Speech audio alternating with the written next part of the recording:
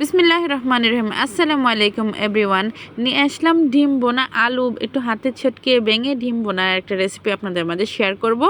তো ভালো মন্দ সব কিছু মিলেই কিন্তু খেতে হয়, যেহেতু আমরা মাছে ভাতে বা সব কিছু মিলেই বাঙালিরা আমরা এই ধরনের খাবার খেতে পছন্দ করি আমরা সবাই। তো আমি এখানে 4 পিস ডিম একদম সিদ্ধ করে নিয়েছি আগেই। সো এগুলো একটু তেলে ভেজে নিলাম। তো এখন এখানে পরিমাণ মতো তেল এবং পেঁয়াজ কুচি আদা রসুন বাটা দিয়ে দিয়েছি।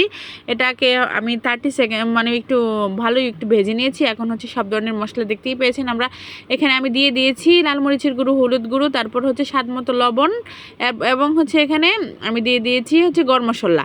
তো এগুলো একটু পানি দিয়ে সুন্দরভাবে আমি কষিয়ে নিচ্ছি। আমি সব সময় আপনাদেরকে বলে আমি কষিয়ে নেই। তো এখন আমি এখানে এই যে বেজে রাখা ডিম, তারপর আলুগুলো একটু হাতে একটু আলু ভর্তার মতো একটু চটকে নিয়েছি। এখন ওটা ঢেলে দিয়েছি আর অল্প একটু পানি এখানে অ্যাড করে নিয়েছি। এটাকে আমি একটু কষিয়ে নেব। কষিয়ে নিলে কি হয়, তরকারির মধ্যে যে একটা যে কাঁচা কাঁচা একটা গন্ধ থাকে যে মশলার মধ্যে, সেটা থাকে না। এই জন্য আমি সবসময় বলি আপনারা মশলাটা কষিয়ে নেবেন। এই যে দেখেন আমি কি সুন্দরভাবে এখন একটু কষিয়ে নিচ্ছি। তারপর ঝোলের জন্য অল্প একটু করে পানি দিয়ে দেবো।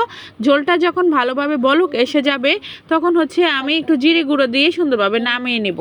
তো এই ভিডিওটা দেখে আপনাদের যদি ভালো লাগে আমার পেজের পাশে থাকবেন। এই যে জিরে গুঁড়ো দিয়ে দিচ্ছি, লাইক কমেন্ট শেয়ার করবেন। আজকের মতো এখানে আল্লাহ হাফেজ।